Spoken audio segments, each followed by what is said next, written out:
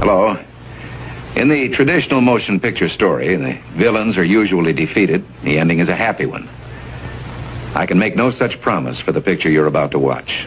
The story isn't over. You and the audience are part of the conflict. United Nations headquarters, which was built in 1945 and financed largely by John D. Rockefeller. Inside UN headquarters is an ominous meditation room. The custodian of the meditation room is Lucis Trust Company.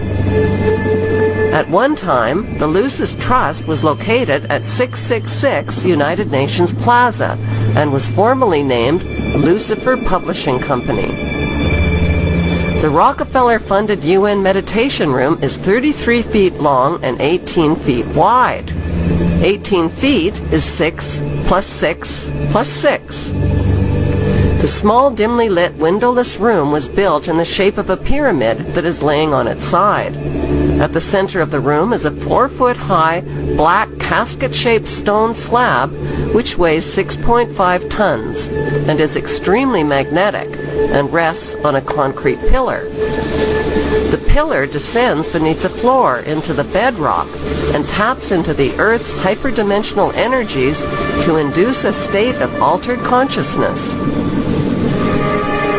Not far from the meditation room is the United Nations Security Council chamber. This is the emergency room of the UN, where the world leaders meet when there is a threat to peace. They decide the fate of nations. Notice the giant mural that towers over the Security Council room. The central focus of the UN mural is the phoenix bird that has risen. The phoenix bird is a symbol of Lucifer. Egyptians believed that the phoenix symbolized a god who rose to heaven in the form of a morning star like Lucifer after his fire immolation of death and rebirth. Notice that the phoenix bird is not standing above his own ashes. He is standing above his old skin. Like a snake, he has shed his old skin and is revealing himself as God at the center of the mural. At the top left, there is a church steeple without a cross. The missing cross symbolizes the death of Christianity. Below, a woman receives the rays of the sun god, while the man in front of her plays Pan's flute. To their right are two pyramid symbols and people joined together by a long blue serpent-like claw. Below the risen phoenix, a sword is driven through a dragon beast. This represents the killing of old beliefs and religions that depicted Lucifer as a beast. The New World religion worships him as beautiful. Behind the phoenix, the ghostly figures of the walking dead are stepping into a void. They symbolize depopulation. On the right panel, the pale horse from the book of Revelation is the bringer of death to humanity through weapons, hunger, and disease. The man is releasing him.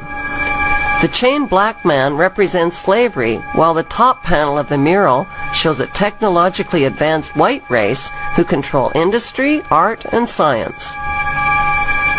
In this post-apocalyptic mural, the military man standing on the tail of the beast represents worldwide military power. He tips his helmet to the elite, who are climbing out from underground cities where they safely hid from the apocalypse. In the main oval panel above the phoenix bird, a woman is holding flowers. She is the bride in a wedding ceremony. Could the newlyweds symbolize William and Kate?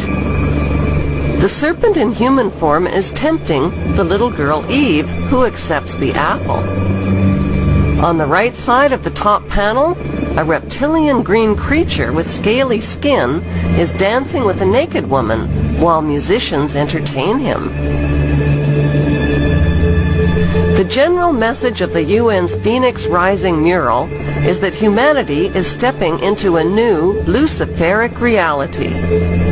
Beneath this disturbingly prophetic mural, world leaders make global decisions that affect the lives of nearly 7 billion people.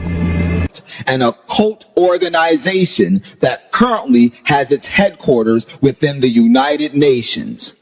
The objectives of this organization, Lucis Trust, have been codified and embodied in the United Nations Universal Declaration of Human Rights and in the United Nations Charter.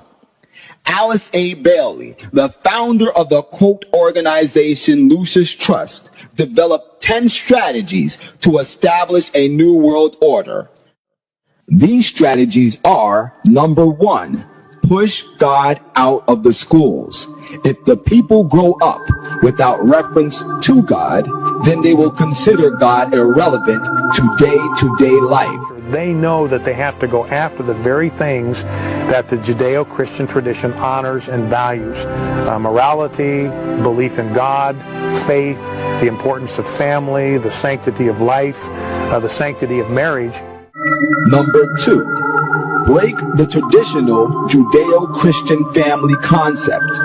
Break communication between parents and children so that parents can't pass on spiritual values to their children. Do this by pushing excessive child rights. They are extremely anti-parent. It is an effort to get the children to abandon the values of their parents. Through the propaganda they teach them, 7 hours a day for 13 years, and even longer if they attend college. We are losing most of our children to the other side because of the anti-American, anti-God, and anti-free enterprise rhetoric they are filled with in the government schools. Number 3, remove restrictions on sex. Sex is the biggest joy, and Christianity robs people of this. People must be freed to enjoy it without restrictions. But their game right now is to corrupt the 15 to 25-year-olds or less. And right now they're down in the first grade with Heather Has Two Mommies, Daddy's Roommate, Gay Pride Parade, and now by 8th grade they'll pass out condoms in school colors because that's so patriotic. Number 4, since sex is the greatest expression of man's enjoyment of life, man must be free to express sex in all its forms. Homosexuality, orgies, even bestiality are desirable so long as no one is being abused or harmed. We also see immorality being promoted through our schools. The kind of sex ed curriculum that is being used and paid for with our tax dollars would shock most parents. Number 5, people must be free to abort unwanted children. If a man can have sex and then live without the consequences, then the same should be true for a woman too. They are for the entire feminist agenda, starting with abortion on demand, tax-funded abortions. Number 6, every person develops soul bonds.